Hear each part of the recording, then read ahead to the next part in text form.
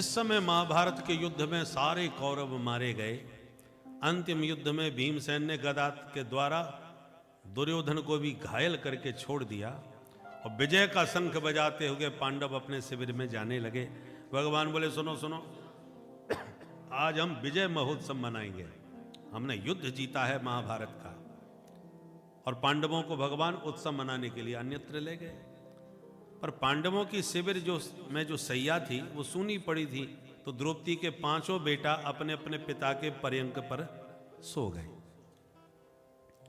उधर घायल पड़े हुए दुर्योधन के पास अश्वत्थामा पहुंचा और कहा, मित्र तुम्हारी ये दुर्दशा देखी नहीं जाती, मैं तुम्हारे लिए क्या कर सकता हूं। दुर्योधन ने कहा, मित्र हम 100 भाई थे, पर दुर्भाग्य से आज एक भी नहीं बचा।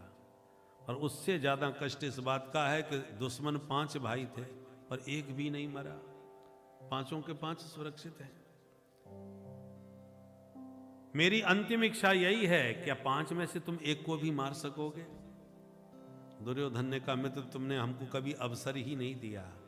तुम एक की बात करते हो, हम 5 का सिर काट के ले आएंगे। तुम एक बार हमको आदेश तो दो, हम पर भरोसा तो करो।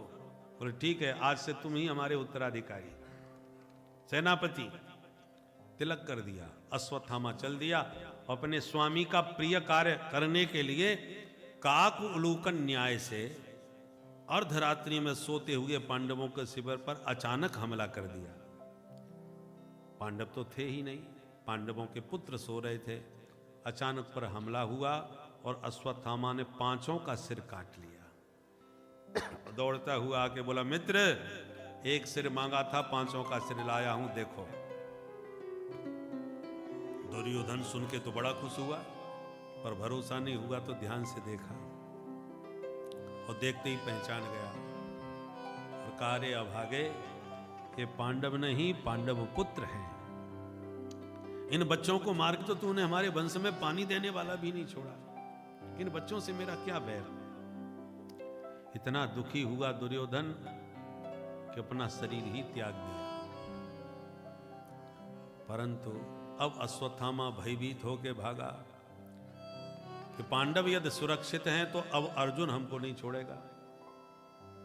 इधर प्रातः होने पर जब द्रौपदी को पता चला तो माता शिशूनाम निधनम सुतानाम निशम्य घोरम परितप्यमाना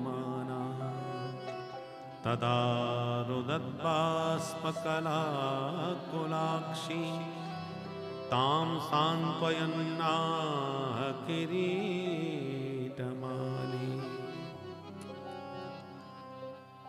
माता द्रौपदी अपने पुत्रों का शव देख करके जो चीत्कार करके विलाप कर उठी, द्रौपदी की यह दशा देखकर अर्जुन ने गांडीव उठा लिया और कहा, देवी तुम छत्राणी हो, अपने आंसू पोंछ लो।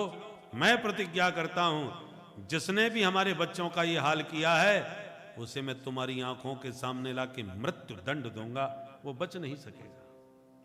तुरंत गोविंद के रथ पर आरूढ़ होकर के अर्जुन ने पीछा किया और भागते हुए अश्वत्थामा को पकड़ लिया, रस्सियों में जकड़ लिया, घसीट के ले जाने लगे। भगवान बोले, पकड़ के कहां ले जा रहे हो? ब्रह्म बंधु मिमम जही, इस अधम ब्राह्मण को यहीं समाप्त कर दो। ब्राह्मण शब्द के आगे यदि बंधु शब्द लग जाता है तो वो अधम वाचक हो जाता है। ब्राह्मण बंधु माने पतित ब्राह्मण, क्षत्रिय बंधु माने पतित क्षत्रिय। भगवान कहते ब्रह्म बंधु मिमम जही, इस निकृष्ट ब्राह्मण को अभी इसी वक्त समाप्त करो। अर्जुन ने कहा, यहां नहीं मारूंगा, मैंने द्रौपदी को वचन दिया है तो उसके सन्मुख ले जाके मारूंगा। और घसीट करके ला करके द्रौपदी के सामने उपस्थित कर दिया। ये रहा हत्यारा। देवी द्रौपदी बताओ क्या दंड देना चाहती हो? पर जैसी द्रौपदी की दृष्टि पड़ी, तथा हृतम पशुवत् पाशबद्धम अवाङ्मुखं कर्म जुगुप्सितेन निरीक्ष कृष्णापकृतं गुरोसुतं वामस्वभावा कृपया ननाम च। पशुवत पाशबद्धम, जैसे पशु को बांध करके ले जाते हैं, ऐसे अश्वत्थामा को अर्जुन ने पशुओं की तरह बांध रखा है। अवांग मुखम कर्म जुगुप्सित, जुगुप्सित माने निंदनीय कर्म किया है अश्वत्थामा ने, बाल हत्या की है, और वो भी धोखे से मारा है बच्चों को। इसलिए अवांग मुखम, नीचे को सिर झुका के खड़ा है, क्योंकि पापी पुरुष किसी से आंख मिला के बात नहीं कर सकता। आपने अपराध किया है तो आंख मिलाने की हिम्मत नहीं होगी, इसलिए अवांग मुखम।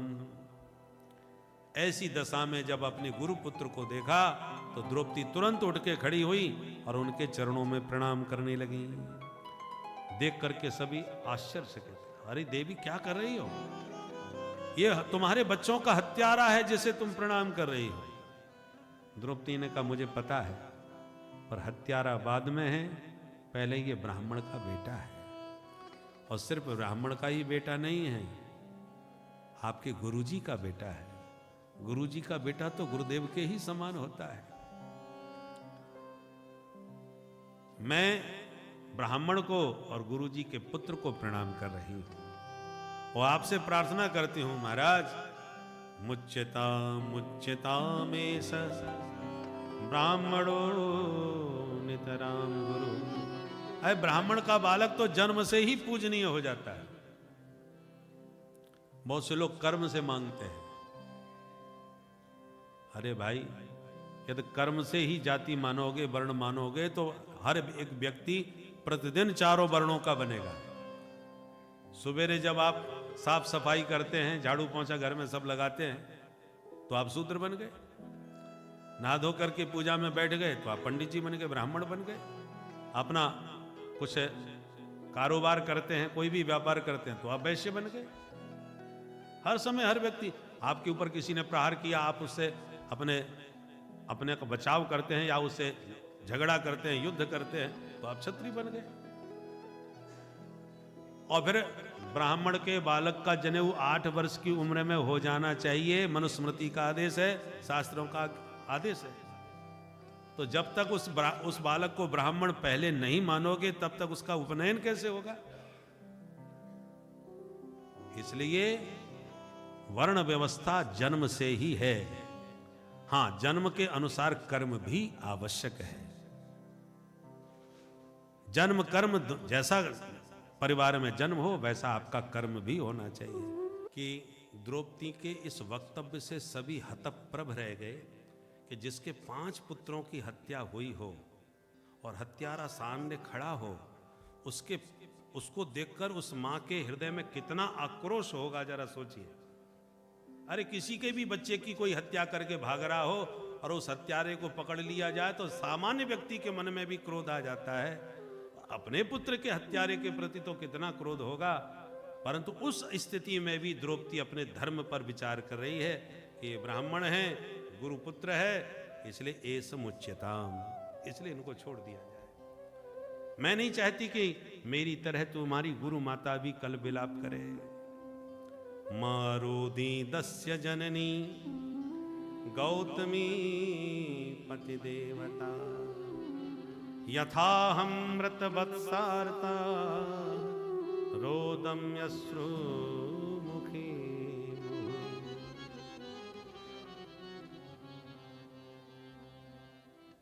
युधिष्ठिर जी महाराज बहुत प्रभावित हो गए द्रौपदी के वक्तव्य से और कहा, अर्जुन, देवी द्रौपदी ठीक कह रही हैं, मैं भी कहता हूं इसको छोड़ दो, जो हुआ सो हुआ। और भीमसेन एकदम तन करके बोले, तुम सब छोड़ दो पर मैं नहीं छोड़ने वाला इसे। हमारे 5 पुत्रों की हत्या धोखे से इसने की है, मैं कदापि इसको जीवित नहीं जाने दूंगा। अर्जुन ने भी भीमसेन के स्वर में स्वर मिला दिया, मैं भी क्षत्रिय हूं, प्रतिज्ञाबद्ध हूं, अपने वचन से विमुख नहीं हो सकता। अब समस्या आ गई, मारे के छोड़े। अर्जुन भगवान की ओर देखने लगे, प्रभु अब आप ही कुछ फैसला करो, हमारी तो बुद्धि काम नहीं कर रही। भगवान ने इशारे में कहा, जब तुमने इसको पकड़ा था तभी हमने कहा था यही निपटा दो, पर हमारी बात पर ध्यान नहीं दिया आपने, अब मामला फंस गया। अरे आतंकवादी जहां मिले, जो पूछना है पकड़ के वहीं पूछ लो, वहीं टपका दो। पकड़ के लाओगे, जेल में डालोगे, लाखों रुपया खर्च करोगे और फिर कहीं उनके साथी हवाई जहाज उड़ा करके ले गए तो फिर छोड़ने भी जाओगे। ये आगे का प्रपंच रखना ही नहीं चाहिए। और जब आतताई पकड़े जाते हैं और उनके सगे संबंधी इसी देश में उनसे ज़्यादा पाए जाते हैं, रात के 2-2 बजे कोर्ट छुड़वा करके उनके लिए गुहार लगवाते हैं, मानवता की दुहाई दिलवाते हैं, तब उनके हौसले बुलंद हो जाते हैं कि हमारे सगे रिश्तेदार तो यहीं बैठे हैं, बाहर की जरूरत ही नहीं। बोलो राधे राधे। राधे राधे। एक आतंकवादी के अंतिम यात्रा में जितना जन समुदाय दिखाई पड़ता है इस देश में, उतना किसी सैनिक के शहीद होने पर नहीं जाते। सोचिए। इसलिए आतताई बधारहण, आतताई कोई भी हो, बधाई उसका उचित न्याय है। अर्जुन ने कहा प्रभु अब आप बताओ अब इस स्थिति में क्या हो। भगवान बोले अब तो वही होगा जो शास्त्र कहते हैं। तो शास्त्र क्या कहते हैं? बोले ब्रह्म बंधुर न हंतव्य। शास्त्र कहता है ब्राह्मण कितना भी अधमाधम हो, न हंतव्य, ब्राह्मण का वध कभी मत करना। अब अर्जुन का मुंह लटक गया, तो अब मेरी प्रतिज्ञा का क्या होगा? भगवान बोले तो शास्त्र ये भी कहते हैं आतताई बधारहण। आतताई तो कोई भी हो, उसे किसी भी हालत में नहीं छोड़ना चाहिए। इसने सोते बच्चों को मारा है, इसलिए छोड़ना मत इसे। अर्जुन ने कहा धन्य है न्यायाधीश महाराज, आप हमें सुलझा रहे हो या उलझा रहे हो? अभी आपने कहा था कि ब्राह्मण को कभी मत मारना, अब आप कह रहे हो ये आतताई है इसलिए कभी मत छोड़ना इसे। तो हमें करना क्या है? भगवान बोले जो शास्त्र कहते हैं वो हमने कह दिया, अब जो तुम्हें अच्छा लगे सो करो। गुरुदेव जब ज्ञान देते हैं तो वर्ष में फिर परीक्षा भी हो लेते हैं चेला की। तो भगवान ने भी गीता का ज्ञान दिया है युद्ध के प्रारंभ में, तो युद्ध के विराम में अर्जुन की परीक्षा भी ले रहे हैं कि ज्ञान रहा कि सब भूल गया। अर्जुन को तुरंत गीता का सूत्र याद आ गया, गला काटने से ही मारना नहीं होता, संभावितस्य चा कीर्ति मरणादतिरिच्यते। माननीय महापुरुषों का भरी समाज में अपमान करना ही उनकी मृत्यु है। अश्वत्थामा के सिर से चमकती मणि निकाल के धक्का मार के वहां से भगा दिया। मृत्यु दंड भी नहीं पर मरने से कम भी नहीं। अपमानित हुआ अश्वत्थामा, चल पड़ा और मन में ठान लिया अब इस वंश में पानी देने वाला नहीं छोड़ूंगा। बचा तो कोई है ही नहीं, परंतु एक है। कौन? अभिमन्यु वीर गति को प्राप्त हो गया और उसकी पत्नी अभी गर्भवती है, उससे इनके वंश की वृद्धि होगी। तुरंत ब्रह्मास्त्र प्रयोग कर दिया उत्तरा के गर्भ को नष्ट करने के लिए अश्वत्थामा ने। और इधर भगवान पांडवों से विदाई लेने लगे, भैया युद्ध जीत चुके हो, अब तुम अपना साम्राज्य संभालो, हम चल के अपनी द्वारकापुरी देखें। बहुत दिन हो गए, न चाहते हुए भी पांडवों को विदाई देनी पड़ी। यथा योग्य भगवान सबसे मिल रहे थे, पर सबसे मिलके ज्यों ही अपने रथ पर कदम रखा कि भवन के भीतर से भागती उत्तरा ने पुकारना प्रारंभ किया, पाहि पाहि महायोगिं देवदेव जगतपते, नान्यं त्वदभयं पश्ये यत्र मृत्यु परस्परम्। पाहि माम केशव पाहि माम, हे द्वारकानाथ रक्षा करो, गोविंद रक्षा करो। भगवान बोले क्या हुआ? कामम दहतु माम नाथ मामे गर्भो निपात्यताम। ये तेज पुंज मेरे गर्भ को नष्ट करने के लिए आ रहा है, मैं रहूं या न रहूं पर मेरे बच्चे की रक्षा करो प्रभु, क्योंकि आपके अतिरिक्त मुझे कोई भी अपना रक्षक दिखाई नहीं पड़ता। इसी का नाम है अनन्य शरणागति। अनन्याश्चिंतयन्तो मां, अनन्य होकर के जो भगवान का चिंतन करता है, भगवान उसी की सब प्रकार से रक्षा भी करते हैं। तवास्मि, प्रभु हम तुम्हारे हैं, एक बार कह दो बस। सकृदेव प्रपन्नाय तवास्मि इति याचते, अभयम सर्वभूतेभ्यो ददामे तद व्रतम मम। ये भगवान का व्रत है, मैं उसको सब प्रकार से अभय कर देता हूं। एक बार शरणागत होकर जो कहता प्रभु मैं तेरा, तो कर देता मैं अभय उसे, यह सब भूतों से यह व्रत मेरा। ये भगवान का व्रत है। एक क्षण में प्रभु पहचान गए, अंगुष्ठ मात्र रूप बनाकर उत्तरा के गर्भ में प्रभु प्रविष्ट हो गए। बोल भक्त वत्सल भगवान की जय। भगवान अपनी मां के गर्भ में आए कि नहीं आए, इसमें मतभेद हो सकता है। कुछ लोग कहते हैं भगवान मां के गर्भ में नहीं आते, वो तो प्रकट हो जाते हैं। भाई प्रकट कृपाला, परंतु मां तो स्वयं अपने मुंह से कह रही है, मम उर्सो बासी यह उपहासी सुनत धीर मत थिर न रहे। जब मां कह रही है सो मम उर्वासी, वो सर्व उर्वासी परमात्मा मेरा उदरवासी हो गया, मेरे पेट में आया, तो इसका मतलब पेट में आते हैं भगवान। तो मतभेद हो गया, कोई कहता नहीं आते, कोई कहता आते हैं। पर उत्तरा के गर्भ में भगवान गए, इसमें कोई मतभेद नहीं, क्योंकि गर्भ में बैठे परीक्षित ने प्रत्यक्ष प्रभु को अपनी मां के गर्भ में देखा है। परीक्षित साक्षी है। और आश्चर्य की बात यह है, भारत की माताओं ने अपने गर्भ में परमात्मा को धारण करके जन्म दिया, राम और कृष्ण के रूप में।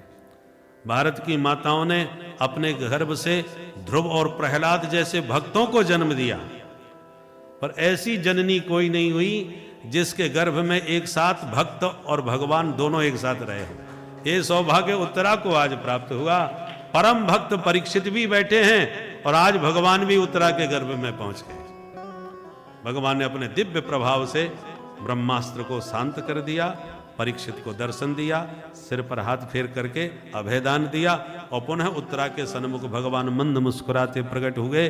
उत्तरा तो इतनी भावुक और गदगद हो गई, किन शब्दों से मैं भगवान को धन्यवाद दूं, स्तुति करूं, कुछ बोल नहीं पाई, वाणी मूक हो गई।